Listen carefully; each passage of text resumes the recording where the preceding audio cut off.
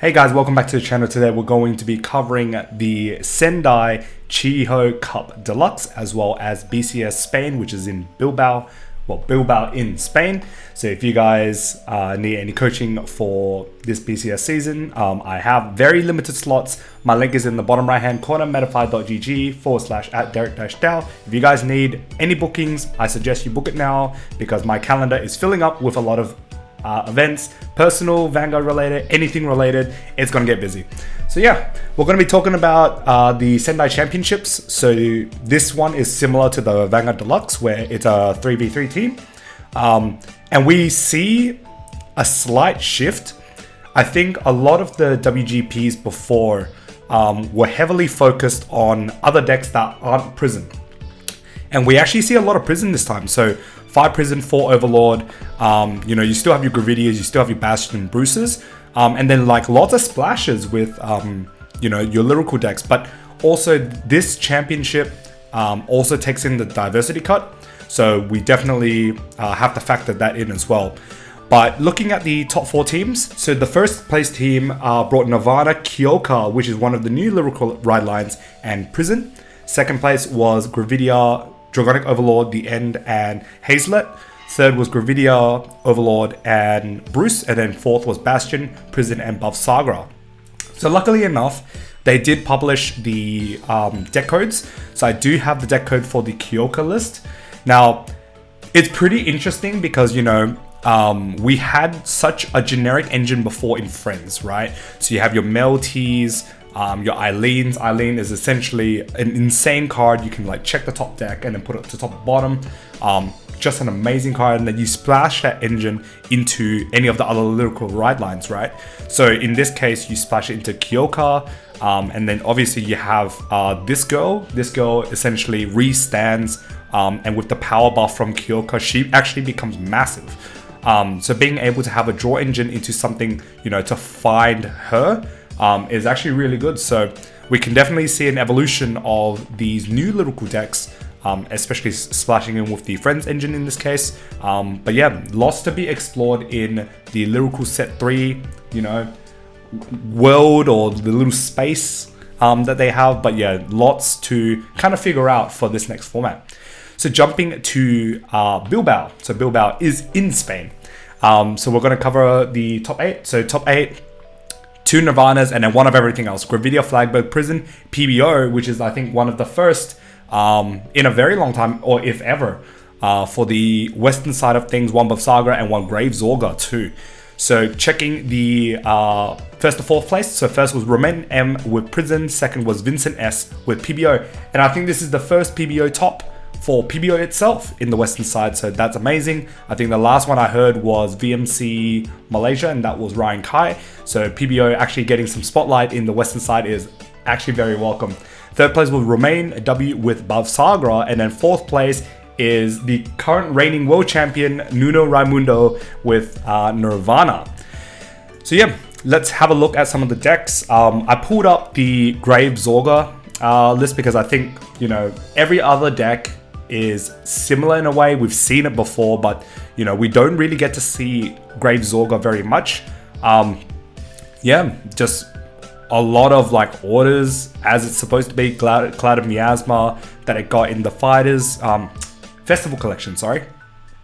Gravesauger doing its thing. You still have your Headhunters, your Shadow Cloaks, just a mixture of orders that I think is interchangeable based on the meta that you kind of want to like walk into. So you might play some orders if you are expecting to play against, X deck or, a very aggressive meta, then you can start to change these orders. You play your Wild Intelligence and 2 of the extra drive orders. Yeah, very, very cool. So congratulations to the Gravesauger player. And then this is the PBO list. So PBO finally getting its thing. So this player ran Delbaith, which is essentially cam loss, but costless.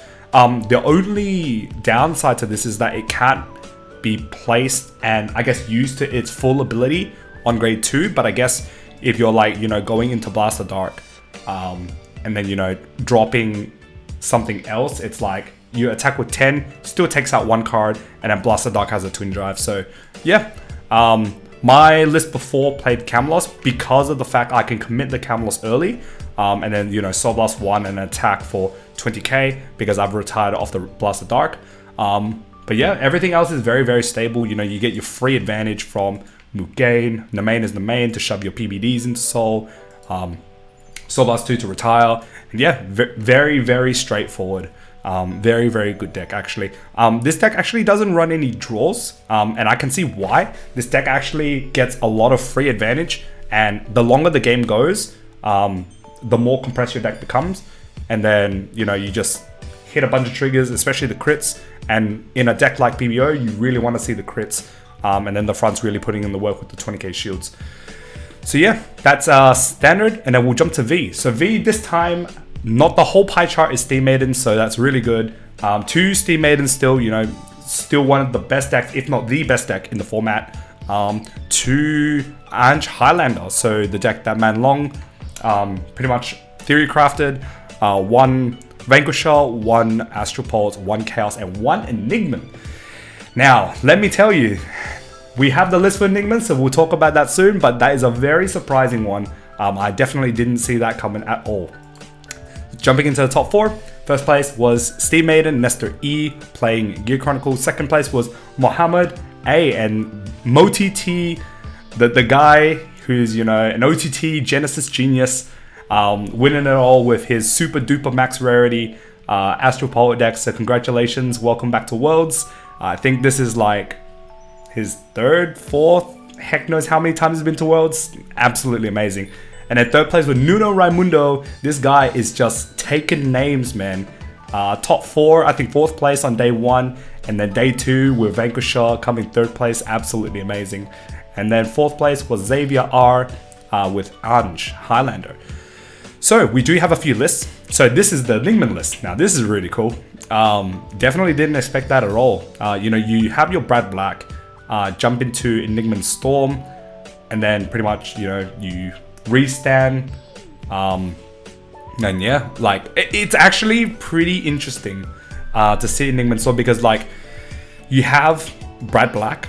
Brad Black goes into Enigman Storm, and then, you know, at the beginning of your attack step, this is definitely 20k or more, gets a crit, 35k or more, gets a drive, and then 50k or more, then, you know, ditch 2, restand it, right? And then, yeah, remove the drive, essentially. So you're essentially playing Overlord, except in a different clan. And then, you know, you play your Twin Orders, you play Force 1 in the middle, or if you're playing Force 2, then Twin Order kind of recoups for the power gain.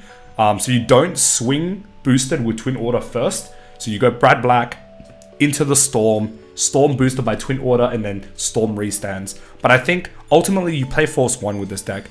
The power that this deck gets would be pretty insane. Pretty cool to see Zero in the list too. Not sure what his role is. I guess it's like, you know, you have an alternate ride target if your hand is like super weak, and then, like, you know, Brad Black into Zero, get through a turn, then Brad Black into Storm, and then win the game. So yeah, this is a very, very cool list. Definitely didn't expect DP at all. So congratulations to whoever played this deck. You're a mad lad, and God, much respect to you. We do have another list. So this is Mo's super bling bling deck. Yeah, Astral Poet's doing its thing. I think Astral Poet itself, it's a quick deck. So, you know, you play very similar to how Gurgit was a threat. Because Steam Maiden is now a threat, you can just randomly win just by, you know, riding up, doing your thing, check a bunch of crits, and then, you know, your opponent has to guard 70k twice, and then like a huge Vanguard as well. And those numbers are actually ridiculous. So we're talking about, you know, PG-able numbers, and if you don't have PGs and you whip a bunch of crits, you just randomly win on the grade 3 ride-up. So playing the faster pace than Steam Maidens, which makes sense, I guess, especially with the Colossus being such a threat in Steam Maidens in actually a multi-attack deck as a whole. So playing a quicker deck to play against it, very, very good. So yeah, that was Mo's deck, and then this is Nuno's deck. You know, typical Vanquisher, Book Vanquisher, very simple deck. This deck actually, you know, pops off real hard. you just keep chaining attacks into attacks, and then if you're not careful, they might just roll you out of the game. So yeah, congratulations Nuno, you're an absolute beast. I think he's just prepping for Worlds now, so you know, jumping to all these events, you know, taking names, taking world invite slots. What a guy. All right, jumping to premium. So this is like the so-called ban format, or the format that we're jumping away from. So 3 Aquaforce, 3 Link Joker, 1 Gear Chronicle, and 1 Narukami. Yeah, where are the Eradicators? Yeah, we definitely don't see any Eradicators. Like the only one Vanquisher is the only Narukami deck. And I think if I looked at the distribution correctly, there was only one Narukami player across like the whole, you know, participants, like, well, the whole pool of participants. So yeah, that's quite interesting, because, you know, if you're going into this meta, you would think like bringing Erads would, you know, clap MFD and then Ripples, especially if you know, gets to the point where you just survive, you go through into like a Stunverse, like rip them apart, and then yeah, just call it a day. And especially with like Bulwark just stops a lot of like, you know, rested front or rear guards, and then just makes Genovius redundant. So yeah, very, very interesting to not see a lot of Narakamis. But yeah, dominance in Aquaforce and the 3 Link Jokers. I definitely do think that, you know, Link Joker is one of the ways to kill Aquaforce. And it's actually a pretty hard matchup, because you just steal Excel circles and they literally can't do anything. So yeah, jump to the top 4. First with Denzel B with MFD. Second was Kevin S with Chaos. Third was Yoan B. So this is Y Bars with Ripple. This guy's a beast, by the way. He tops everywhere. The guy just doesn't stop topping. Yoan topping B. My God. So congratulations on your Worlds invite, buddy. Like, absolutely amazing. And then 4th place is Julian P with Chaos.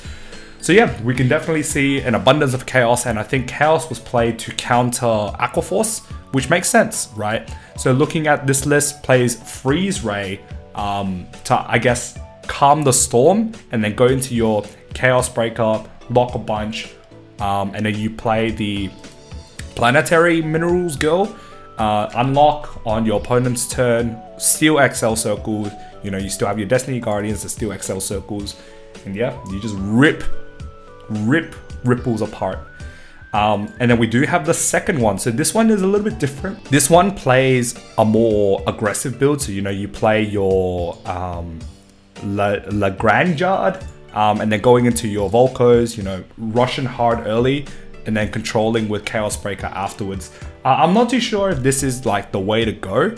But yeah, very cool to just see different varieties of Chaos as well. And, you know, you just ride up, get like a bunch of locks on, and then yeah, you just Destiny Guardian your way out and just nuke all the XL circles. And yeah, that's pretty much how you beat Aquaforce. All right, so that's pretty much it for Sendai and Spain. I think today and tomorrow is Toronto, so we'll definitely cover those. If you guys like this video, hit a like, comment down below what you guys think about these lists, and I'll see you guys in the next video. Peace.